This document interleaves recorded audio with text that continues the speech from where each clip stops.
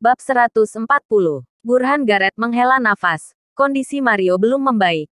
Tampaknya dia tidak dapat ikut dalam perayaan. Salim tahu pentingnya perayaan ini. Jika Mario datang untuk berpartisipasi, dia yakin bahwa Mario akan menjadi pewaris tunggal. Jadi Salim ingin putranya berpartisipasi.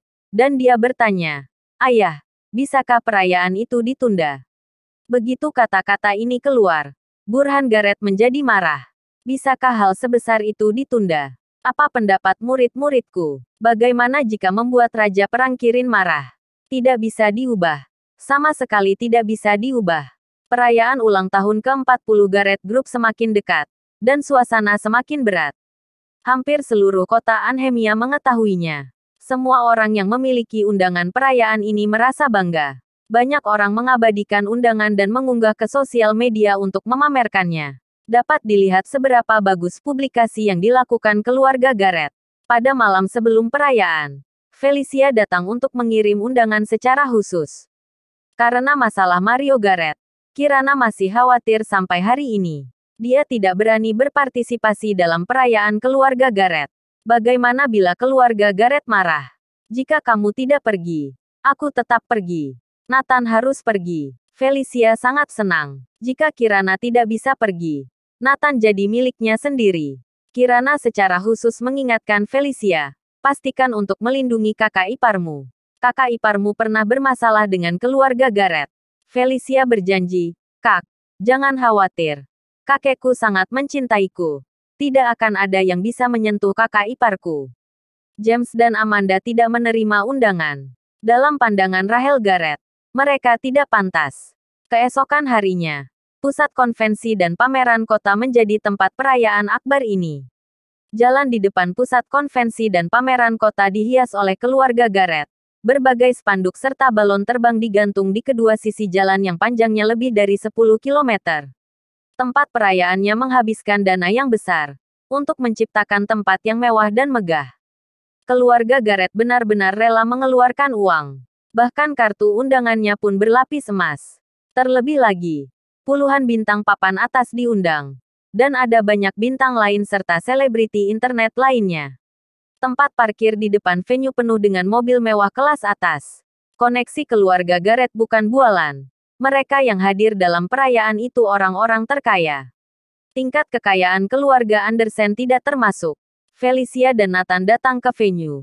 Setelah menunjukkan kartu undangan, mereka masuk dengan mudah. Karena acara belum resmi dimulai, semua orang menunggu di ruang pertemuan. Ada tempat duduk dan prasmanan yang bisa dinikmati di ruang pertemuan. Nathan dan Felicia menemukan tempat duduk dan baru saja duduk. "Apakah kamu Nathan Clark?" Sebuah suara datang dari belakang. Nathan berbalik dan melihat seorang wanita menawan dalam gaun panjang merah marun. Tubuh montok, kaki ramping, sosok yang menawan dan menarik. Matanya yang besar menatap Nathan. Nathan mengenali wanita ini, Angelin Gage. Dia dan Jordan Day adalah mitra kerja saat memulai bisnis bersama.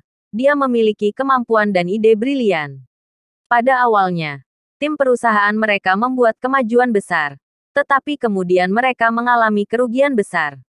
Sehingga banyak mitra memilih untuk berhenti. Hanya menyisakan Nathan, Jordan Day dan seorang gadis. Salah satu dari mereka yang mundur adalah Angelin Gage, yang sekarang tepat berdiri di depannya.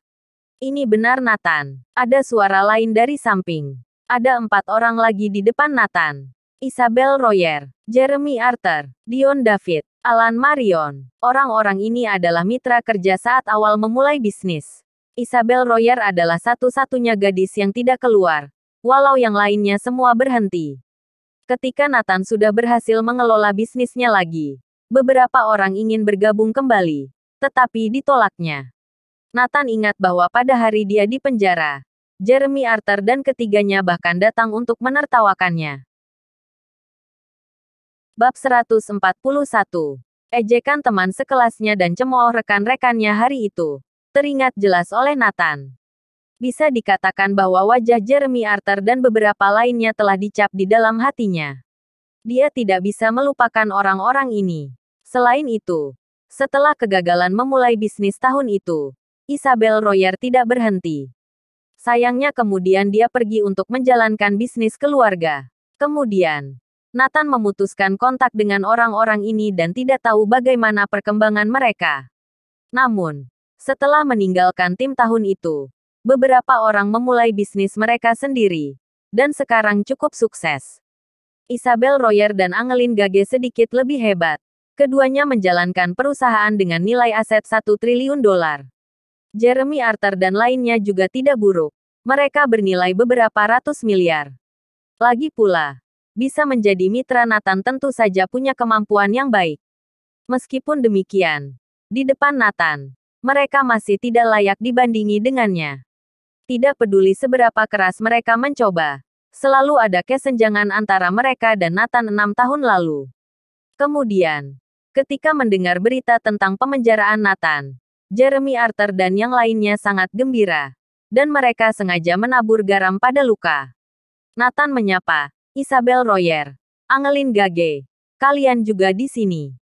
Sebelum kedua gadis itu mengeluarkan suara, Dion David dan Alan Marion berkata, mengapa kami tidak bisa datang?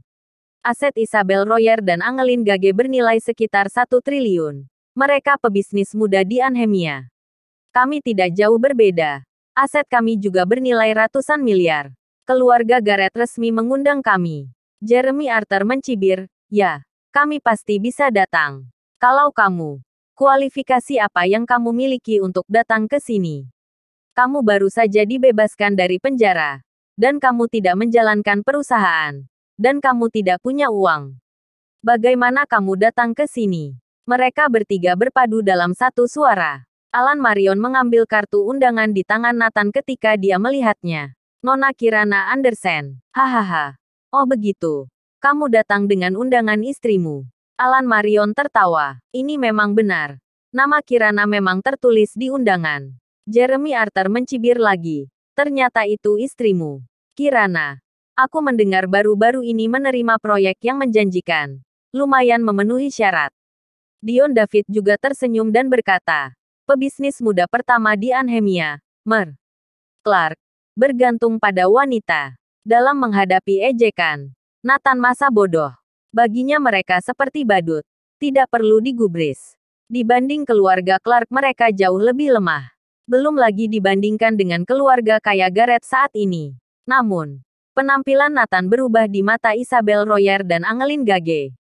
Menurut mereka, pria yang pernah tak terkalahkan, yang menguasai Anhemia, menjadi seperti ini setelah 6 tahun di penjara.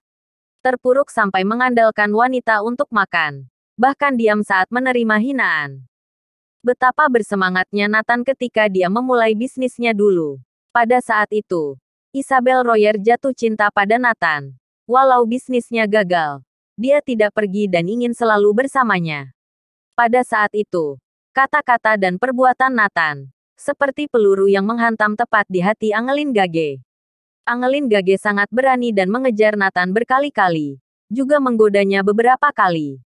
Tapi ditolak oleh Nathan. Yang menjadi alasan utama. Dia pergi setelah gagal memulai bisnis.